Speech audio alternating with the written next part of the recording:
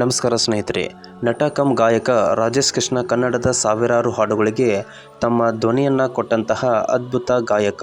ತಮ್ಮ ಕಂಠದಿಂದಲೇ ಕನ್ನಡದ ಸಂಗೀತ ರಸಿಕರಿಗೆ ಹತ್ತಿರವಾದವರು ರಾಜೇಶ್ ಕೃಷ್ಣ.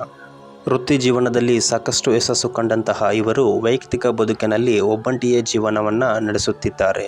ಮದುವೆ ಎಂದರೆ 7 ಜನ್ಮದ ನಂಟು, ಒಂದು ಗಂಡಿಗೆ ಒಂದು ಹೆಣ್ಣು ಇದ್ದೇ ಇರುತ್ತದೆ ಎಂದು ಹಿಂದಿನ ಮಾತುಗಳನ್ನು ನಾವು ಕೇಳಿದ್ದೇವೆ. ಆದರೆ ರಾಜೇಶ್ ಕೃಷ್ಣ ಅವರು ವೈಯಕ್ತಿಕ ಜೀವನದಲ್ಲಿ 3 ಮದುವೆಯಾದರೂ ನೆಮ್ಮದಿ ಕಾಣದ ಬದುಕನ್ನು ಸಾಗಿಸಿದ್ದಾರೆ. ಅವರ ವೈಯಕ್ತಿಕ ಜೀವನ ನೋಡುವ ಮೊದಲು ನಮ್ಮ ಚಾನಲ್ನ ಸಬ್ಸ್ಕ್ರೈಬ್ ಮಾಡಿಕೊಂಡು ಬೆಲ್ ಐಕನ್ನ ಕ್ಲಿಕ್ ಮಾಡಿ ನಿಮ್ಮ ಅನಿಸಿಕೆಯನ್ನು ಕಮೆಂಟಲ್ಲಿ ತಿಳಿಸಿ. ವೃತ್ತಿ ಜೀವನದಲ್ಲಿ ಸಾಕಷ್ಟು ಯಶಸ್ಸು ಕಂಡಂತಹ ರಾಜೇಶ್ ಕೃಷ್ಣ ಹುಟ್ಟಿದ್ದು ತಮಿಳುನಾಡಿನಲ್ಲಿ. ಆದರೆ ತಮ್ಮ ಕಂಠದಲ್ಲಿ ಕನ್ನಡವನ್ನೇ ಆಲಿಸುತ್ತಾರೆ. ಕಾರಣ ಇವರು ಬೆಳೆದಿದ್ದೆಲ್ಲ ಬೆಂಗಳೂರಿನಲ್ಲಿ. ಹೀಗಾಗಿ ಕನ್ನಡದ ಸಾಕಷ್ಟು ಚಿತ್ರಗಳಲ್ಲಿ ಸಂಗೀತಕ್ಕೆ ಧ್ವನಿಯಾಗಿದ್ದಾರೆ. ಇವರ ಗಾಯನ ಶುರುವಾಗಿದ್ದು ಕನ್ನಡದ ಗೌರಿ ಗಣೇಶ ಚಿತ್ರಕ್ಕೆ ಹಾಡುವ ಮೂಲಕ. ಮುಂದೆ ಸಾವಿರಾರು ಹಾಡುಗಳಿಗೆ ಧ್ವನಿ ನೀಡಿ ಕನ್ನಡದ ಮೇರು ಗಾಯಕ ಎಂದು ಕರೆಸಿಕೊಳ್ಳುತ್ತಾರೆ. ಕೇವಲ ಕನ್ನಡವಷ್ಟೇ ಅಲ್ಲ, ಹಿಂದಿ, ತಮಿಳು, ತೆಲುಗು ಮತ್ತು ಹಲವಾರು ಭಾಷೆಗಳಿಗೆ ತಮ್ಮ ಧ್ವನಿಯನ್ನು ನೀಡಿ ತಮ್ಮ ಕಂಠದ ಛಾಪನ್ನು ಮೂಡಿಸಿದ್ದಾರೆ. ನಂತರ ಇವರು ತಮ್ಮ ವೈಯಕ್ತಿಕ ಬದುಕಿನಲ್ಲಿ ಸೌಮ್ಯ ರಾವ್ ಎಂಬುವರನ್ನು ಮದುವೆಯಾಗುತ್ತಾರೆ. ಇವರು ಕೂಡ ಒಬ್ಬ ದೊಡ್ಡ ಗಾಯಕಿ. ಮದುವೆಯಾಗುವ ಮುನ್ನ ಸಾಕಷ್ಟು ವೇದಿಕೆಯಲ್ಲಿ ಒಟ್ಟೊಟ್ಟಾಗಿ ಹಾಡನ್ನು ಹಾಡಿದವರು. ಪರಿಚಯವಾಗಿ ನಂತರ ಸ್ನೇಹ, ಅನಂತರ ಪ್ರೀತಿ, ತಿರುಗಿ ಮನೆಯವರನ್ನು ಒಪ್ಪಿಸಿ ಮದುವೆಯಾಗುತ್ತಾರೆ. ಮೊದಲು ಸುಂದರ ಜೀವನ ನಡೆಸುತ್ತಿದ್ದ ಇವರು ಕಾಲ ಕಳೆದಂತೆ ಭಿನ್ನಾಭಿಪ್ರಾಯಗಳಿಂದ ವೈಮನಸ್ಸು ಉಂಟಾಗಿ ಅಂತಿಮವಾಗಿ ಬೇರೆಯಾಗುತ್ತಾರೆ. ನಂತರ ಸಾಕಷ್ಟು ವರ್ಷಗಳ ಕಾಲ ಒಂಟಿ ಜೀವನ ನಡೆಸಿದ ಇವರಿಗೆ ಮುಂದೆ ಹರಿಪ್ರಿಯಾ ಎಂಬುವರು ಪರಿಚಯವಾದರು. ನಂತರ ಪ್ರೀತಿಯಾಗಿ ಇವರನ್ನು ಮದುವೆಯಾಗುವ ನಿರ್ಧಾರ ಮಾಡುತ್ತಾರೆ. ಇವರ ಜೊತೆಗೆ ಚೆನ್ನಾಗಿ ಇರಬೇಕೆನ್ನುವ ಹೊತ್ತಲ್ಲಿ ಭಿನ್ನಾಭಿಪ್ರಾಯಗಳಿಂದ ಇವರು ಕೂಡ ದೂರ ಆಗುತ್ತಾರೆ.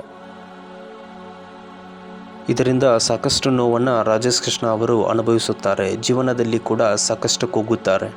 2 ಪತ್ನಿಯರು ದೂರವಾಗಿ ಸಾಕಷ್ಟು ನೋವನ್ನು ಅನುಭವಿಸಿದ ರಾಜೇಶ್ ಕೃಷ್ಣ ಒಂಟಿ ಜೀವನವನ್ನು ನಡೆಸಲು ಶುರು ಮಾಡ್ತಾರೆ. ತಮ್ಮ ಬದುಕಿನತ್ತ ಸಾಕಷ್ಟು ಗಮನ ಹರಿಸುತ್ತಾರೆ. ಗಾಯನ ಮೂಲಕ ಜನರನ್ನು ರಂಜಿಸುವ ಕೆಲಸದಲ್ಲಿ ತೊಡಗುತ್ತಾರೆ. ಹೀಗೆ ಮುಂದೆ ಸಾಗ್ತಾ 2009ರಲ್ಲಿ ಇವರಿಗೆ ರಮ್ಯಾ ವಶಿಷ್ಠ ಎಂಬುವರು ಪರಿಚಯವಾದರು. ಇವರು ಕೂಡ ಅಂದಿನ ಕಾಲದಲ್ಲಿ ಗಾಯನದಲ್ಲಿ ಸಾಕಷ್ಟು ಸಾಧನೆಯನ್ನು ಮಾಡಿದವರು ಮತ್ತು ನಟನೆಯಲ್ಲಿ ಕೂಡ ತಮ್ಮ ಛಾಪನ್ನು ಮೂಡಿಸಿದವರು. ರಾಜೇಶ್ ಕೃಷ್ಣ ಹಾಗೂ ರಮ್ಯಾ ವಶಿಷ್ಠ ಇಬ್ಬರು ಸಾಕಷ್ಟು ವೇದಿಕೆಯಲ್ಲಿ ಒಟ್ಟಾಗಿ ಹಾಡಲು ಶುರು ಮಾಡ್ತಾರೆ. ಅಷ್ಟೇ ಬೇಗ ಆಪ್ತರು ಕೂಡ ಆಗುತ್ತಾರೆ. ಇವರು ಮದುವೆಯಾಗುತ್ತಾರೆಂದು ಎಲ್ಲರೂ ಅಂದುಕೊಂಡಿದ್ದರು. ಆದರೆ ಯಾವುದೋ ಮನಸ್ತಾಪದಿಂದ ಇವರ ಸ್ನೇಹ ದೂರವಾಗುತ್ತೆ. ಕೆಲವು ವರ್ಷಗಳ ನಂತರ ಒಂದೇ ವೇದಿಕೆಯಲ್ಲಿ ಇಬ್ಬರು ಹಾಡುವ ಅವಕಾಶ ಕೂಡಿ ಬರುತ್ತೆ. ಇಬ್ಬರು ಹಳೆ ಸ್ನೇಹ ಮುಂದುವರಿಸುತ್ತಾ ಪ್ರೀತಿಗೆ ತಿರುಗಿ ಮನಸಾರೆ ಒಪ್ಪಿ ಮದುವೆಯಾಗುತ್ತಾರೆ. ಆದರೆ ಈ ಕಥೆಯು ಕೂಡ ಹಳೆಯ ಕಥೆಯಂತೆ ಆಗಿಬಿಡುತ್ತೆ.